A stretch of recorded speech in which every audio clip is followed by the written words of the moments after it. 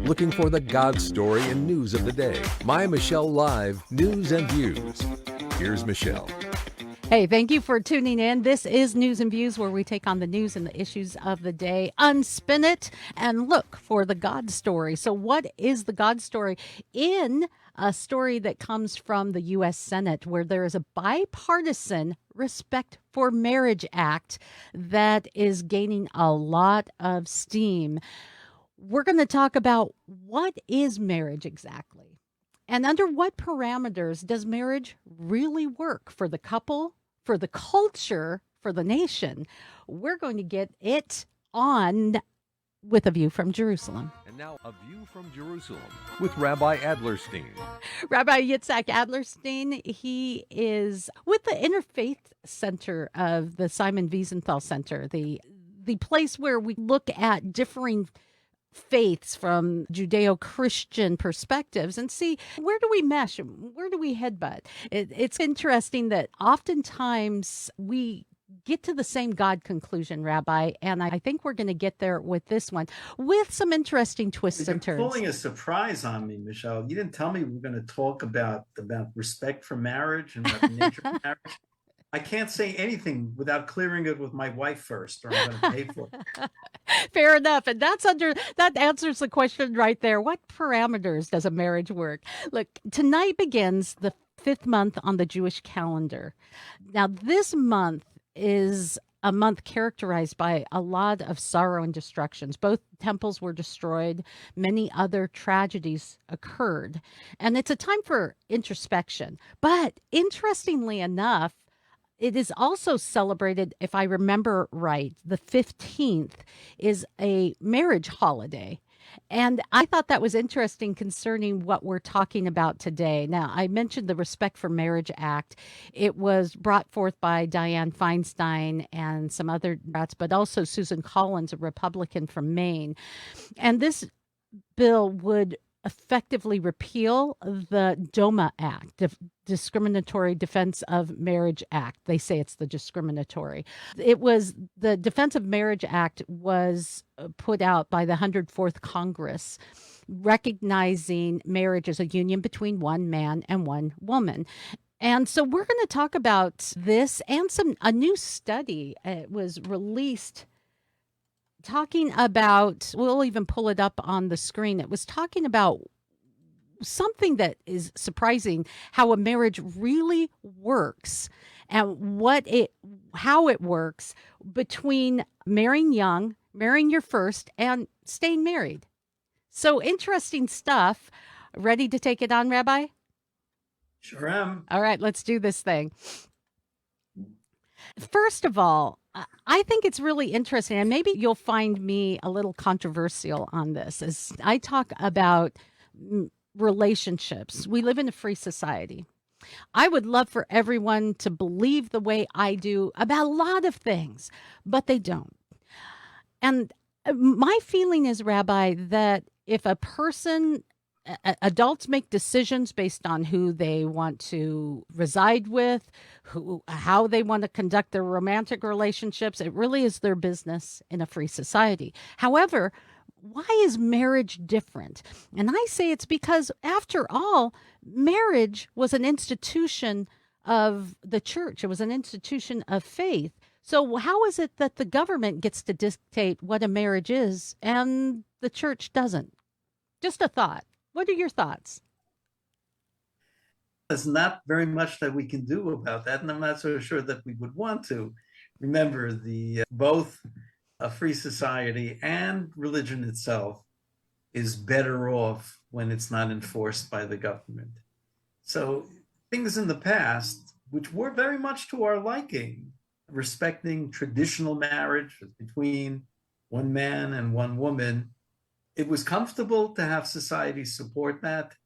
In truth, when the recent move to dissociate ourselves from traditional marriage, I don't think you think, I'm not sure, and I know that I don't think is going to be healthy for America in the long run, especially because of the study that you mentioned, which is even though there are certain values that were introduced into human society by religious groups like the Judeo-Christian legacy, which very much does exist, even though it hurts people's ears to hear of such a thing.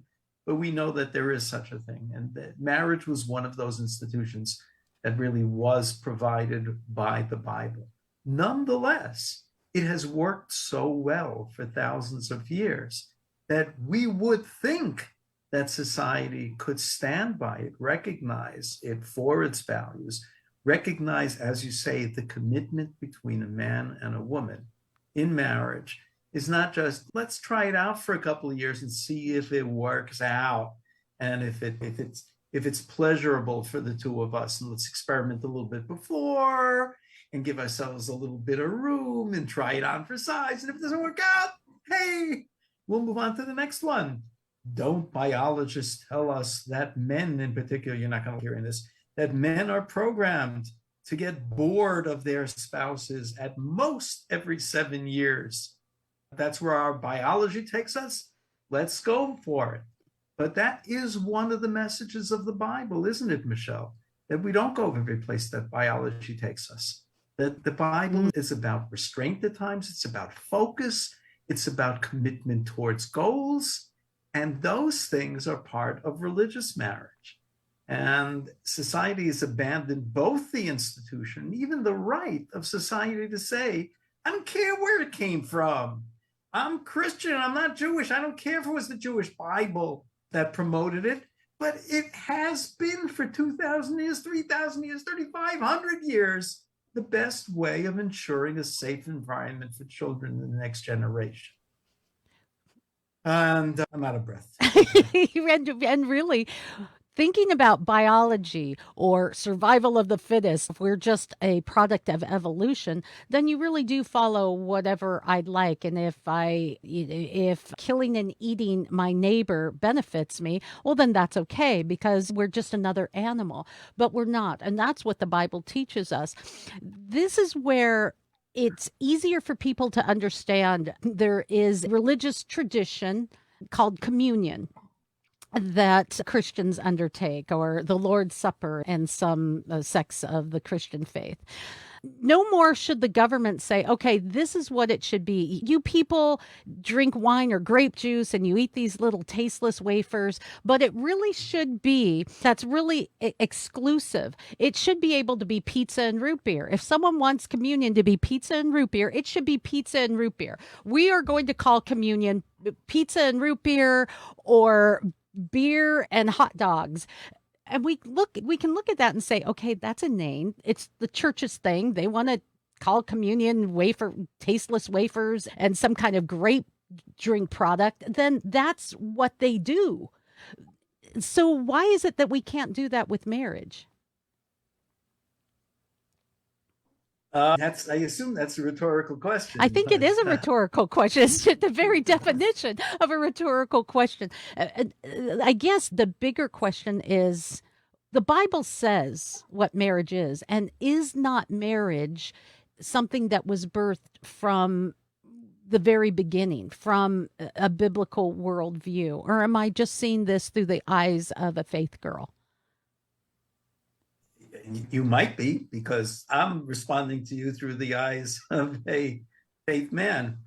But consider the fact that when the Bible was authored by God and delivered to man, the idea of monogamy was just so foreign to people. The idea of what marriage turned out to be in the Judeo-Christian world was such a revolution at the time. The idea of staying faithful, of not messing around with your neighbor's wife, with her permission, not with her permission, was so different from what people were doing at the time. It certainly revolutionized the idea of sex itself. And yet science proves it out. Not just a question of power and asserting dominance over someone else. It didn't really matter which gender. That was the way it was looked upon even later in Roman times. But what you find in the Bible, the idea of one man and one, I can't say one man and one woman, the Bible did allow polygamy, but even there insisted on spouses being faithful to each other, of rights of both of them, and of the centrality of that unit for the sake of the child. Now, I would argue too that where the Bible makes concession, I think, for polygamy. It made concession for slavery. It didn't endorse it necessarily. And I think there's a difference that our audience might want to It is grab so onto. important. I'm so happy you said that. Because this is a reality in the world, and so God set up protections for the vulnerable, Right. for women who are in these polygamous relationships. Nowhere in the Bible did a polygamous relationship work out well. I'll just put that out there. But God made concessions. He made concessions for slaves because they were vulnerable. If this is going on in society, you had better protect this slave. You better treat them as a brother, or this was Right. New Testament that I'm referring to in that particular regard. But this is where we're looking at biblical worldviews that actually work, because Rabbi, they seem to play out in science. We see that sexual pleasure seems to weigh out in a monogamous marital relationship over long term. We seem to see that it works out best for children. And this new study that says that you marry young, you marry your first, you stay married. Now, the article cites a few observations. I think this may be why, but I think there's much more to the story. I think so too, which is why I flagged it in the first place. The article, the research, pointed out some factors that might predispose early marriage, particularly marriage of people with a connection to religion, to survive better. And I can almost hear people smirking in the background. We're not talking about a magic bullet. We're not saying that God made it so easy for us that here's your do-it-yourself manual for a wonderful life free of any problems whatsoever and marital bliss for the first 90 years of your marriage. You know that's the case. We're talking about human beings, and lots of people can get things wrong and do get things wrong. And there are people, even good people, are capable of doing some evil things and do it all the time. But when you look at the probabilities, that's where this study really helps. Now, the people who conducted the study said, well, there are some predisposing factors. People who are connected to religious community actually have access to more people. They meet more people, but they have a support group. They're part of a community. They're among people with common goals. And I have no question about it that those things are all true. But I think they're missing the real point. And that is the contrast. Using your word, which I would have used, frankly, had you not used it, but it was a great word, Michelle. Commitment. The ability of people to make a commitment. We're living in a world, not through anybody's fault, but everything about society has militated to people looking at themselves as the center of the universe, of getting rewarded, just like rats in one of those Skinner boxes where you're holding your thing and you got to click. And if you don't click fast enough, you're going to miss something. And you are the center of the universe. And marriage is a trial. You try, literally, you try the other person on for size for a couple of years. And if it works out, then you say, let's see how it fits in with all my other important personal goals, where it fits in with my schooling and the development of my career, and whether I want to live in a warm climate or a cold climate.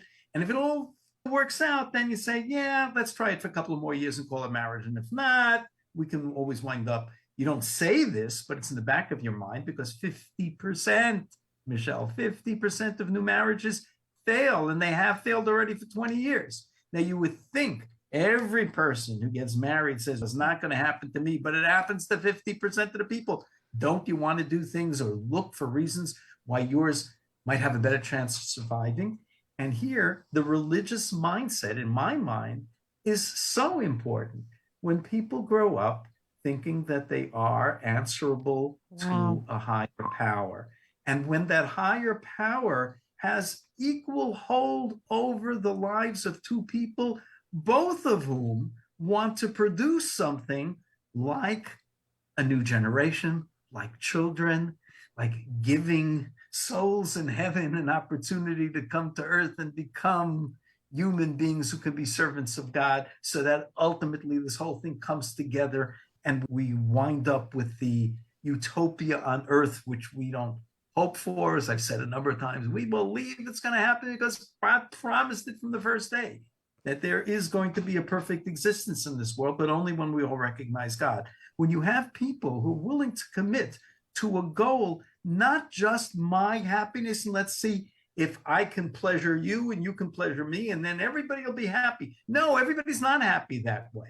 Because if you're still at the center of your universe, you're not really capable of giving everything to the other party, to your spouse, that you should be able to, and certainly not able for both of you to spend sleepless nights caring for those little young ones. Amen and amen. Because if I am only here to worship and to please myself, I cannot give another person who exists only to worship and please themselves the worship and pleasure that they expect, and vice versa. However, if I'm here to worship and please and fellowship with this awesome God that we serve, I have this accountability. Daily, He convicts my heart and helps me to be a better person. Getting into His Word, it's like this living thing that enlivens me and helps me to be, hopefully, to be a better person. And in that, I'm looking to please God.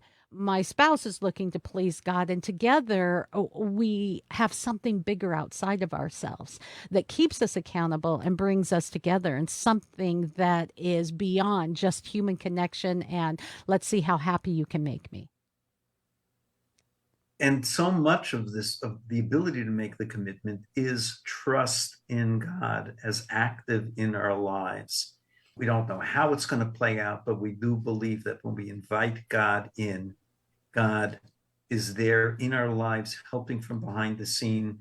We don't always understand the answers that He gives, and sometimes they're not so pleasant, but for the most part, we can guarantee that there is a loving God behind us and behind what we're trying to do. So therefore, can be the person who's not yet 38 and at the top of my career and able to make a commitment, because I don't need to have all the pieces assembled in front of me.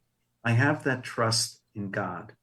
So the attitude of people today is, of course, marriage is going to work out better if we've had 10 years cohabiting together and we're able to see, do we really manage to work out a routine where we're equitably sharing the chores and responsibilities of the household, and is it getting in the way or not getting in the way of our professional development?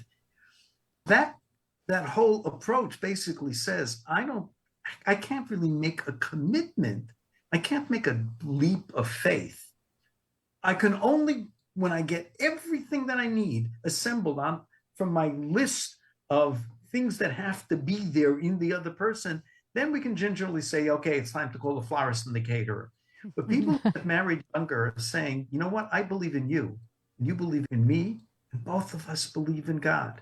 We don't know what the future is necessarily going to bring, but we can bet on the future because we have a partner in life. And that is part of the commitment. That's the magic of marriage, which has made it work for families for thousands of years. It's the commitment to each other in the unknown. Today, everybody wants all the pieces on the board beforehand.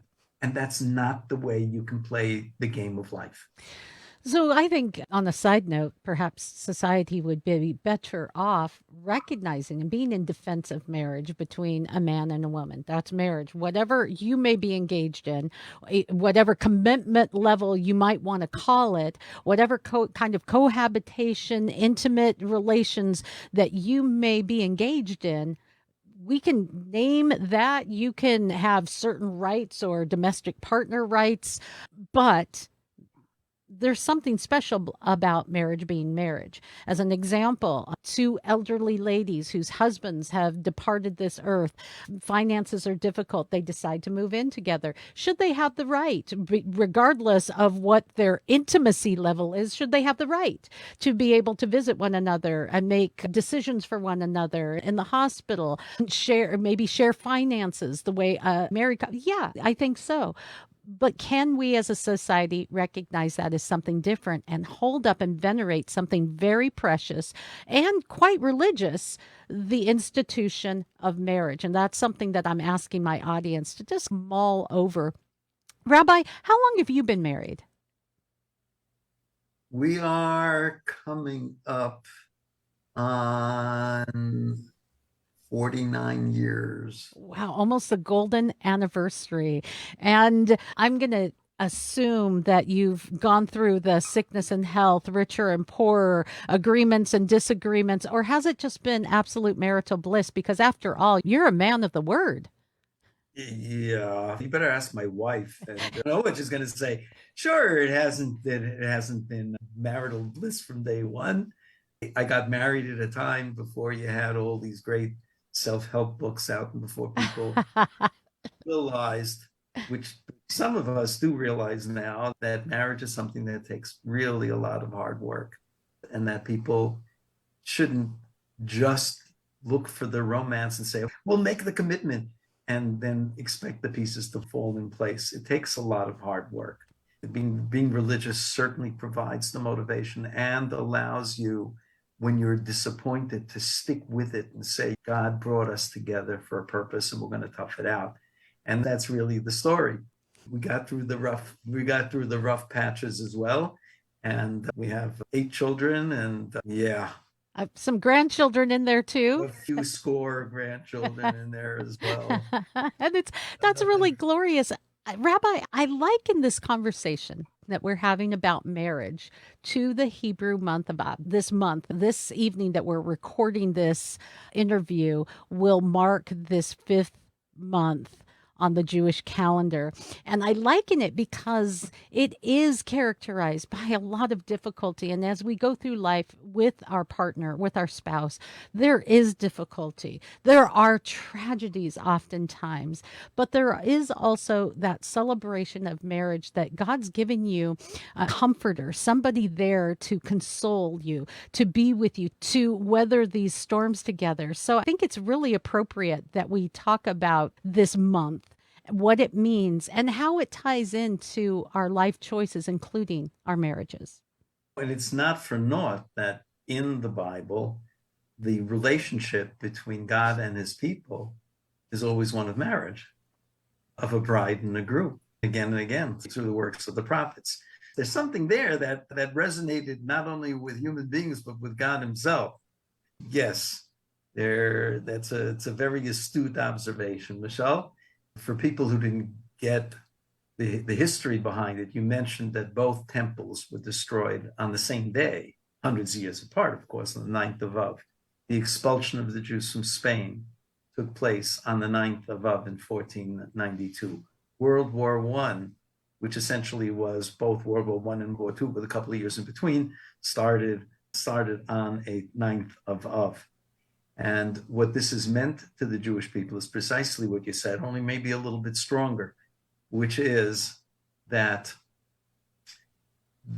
we recognize that you don't look to God just for the great things in life. And when things are going well, you say, wow, golly gee, I think I'm going to recite a couple of more hosannas and thank God.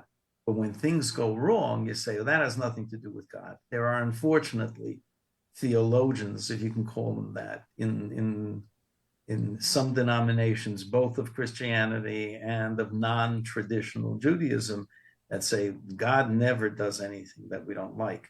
He just provides the good stuff. When things go wrong, that's just the way the world runs. And every now and then, God chooses not to intervene, or maybe he doesn't even have the power to intervene. And what that does is it emasculates God.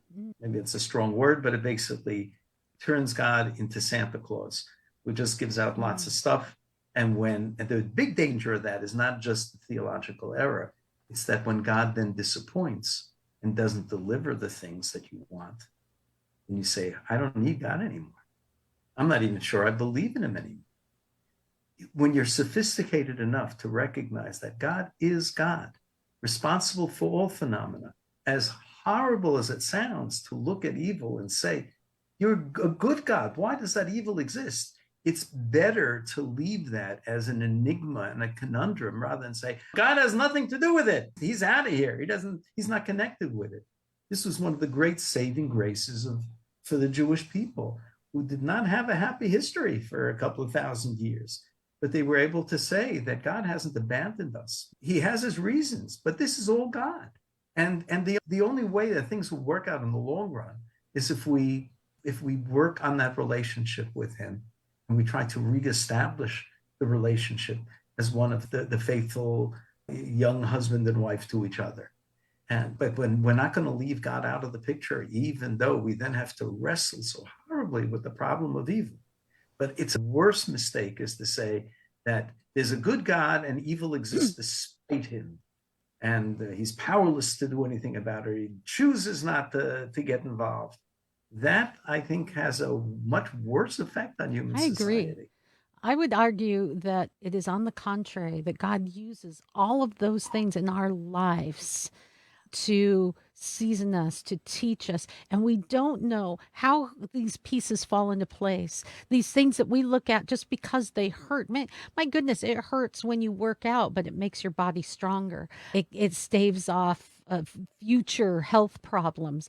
We go through difficulty because, yes, we are a fallen world, but God is so great. He is the only being that can utilize even the awful and the evil and the broken to make something beautiful. He gives beauty for ashes, the oil of joy for our mourning and our depression.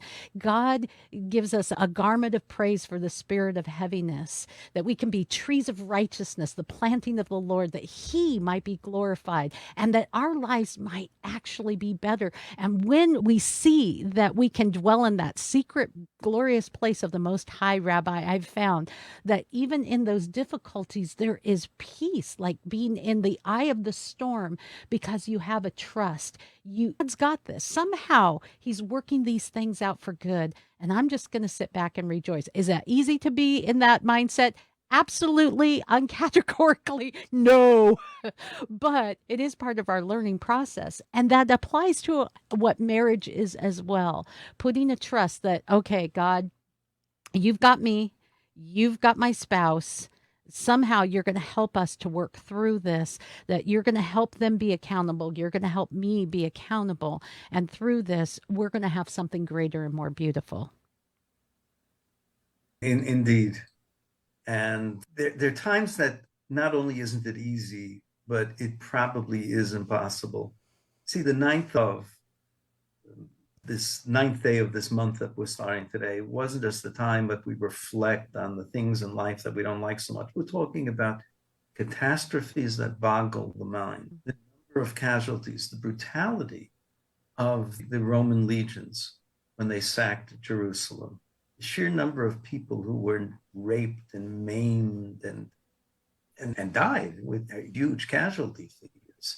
The fact that the Jews at the time were, the vast majority of them were, in a matter of years, exiled from their land, not to return for 2,000 years. We're talking, and we include this on the 9th of Av, which is our national day of mourning. And we talk about the auto da fés in medieval Europe. And can you imagine standing by watching as family members were burnt alive at the stake in front of your eyes? No. That's not just a challenge. And I don't know how that can make you stronger. But it can make you rely on God and know that there is something beyond this life. And that's really the bigger story, isn't it? As somebody once put it, to those who believe, there is at least the possibility of an answer. To those who don't believe, there are no answers. The world is a horrifying place, punctuated by moments of tranquility and sometimes even happiness. But basically, it's a pretty nasty, brutal, and short life.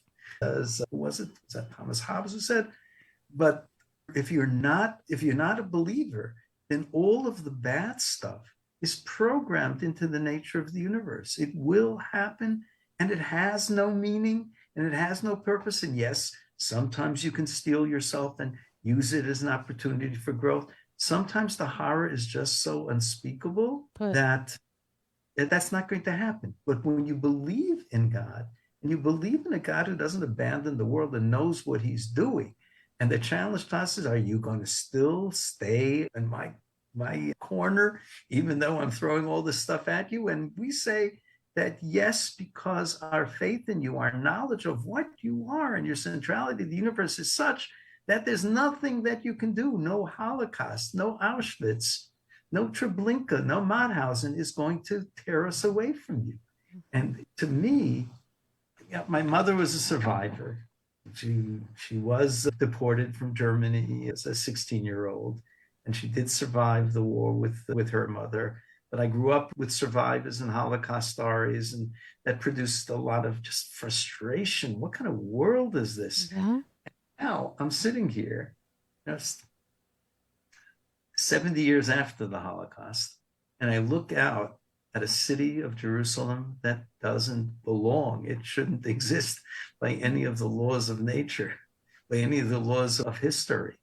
And I can't point to the exact connection between the two, but I can say nobody in Auschwitz could have imagined that a number of years later, there would be a rebirth of the Jewish people in their land, in their biblical homeland, and that would, in the space of a couple of decades, manage to go from a third world country to a second world country to today, a world leader in so many areas, not a perfect society by any means, and not even a religious society, unfortunately, in much of the country, although we're in much, much better shape religiously than Jewish life any place on the face of the earth.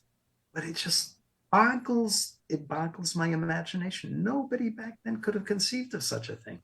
But God showed again that I'm not going to give you the answers. I'm not going to tell you where I was during Auschwitz, but I can tell you I had not abandoned the world and I had not abandoned my people. And this should be the proof of it. You're still left with the question, but you're not left with any question about where God was. And that's where I want to bring our program today to the conclusion that without God, nothing makes sense. And without God, marriage just really is a long-term hookup, essentially. But with God, things make sense. And with God, things have purpose and meaning. Even in a broken world, there is hope beyond what we have today. And that is the one thing that can keep us going through sickness and health, richer and poorer, whatever it may be that we go through in life, because we have a God that we can connect with. And I am so grateful for that. I'm so grateful for you sharing that today. This has been especially meaningful to me today. And I just can't think. I'm sure it was for you as you're watching or listening or reading. But I'm going to tell you personally, even if this never aired, I am so blessed from this program today and your time today, Rabbi. Thank you. Thank you, Michelle. And thank you for watching, listening, and being part of the program. I'm going to ask you to like, subscribe, and share. God bless you. More news and views at MyMichelleLive.com.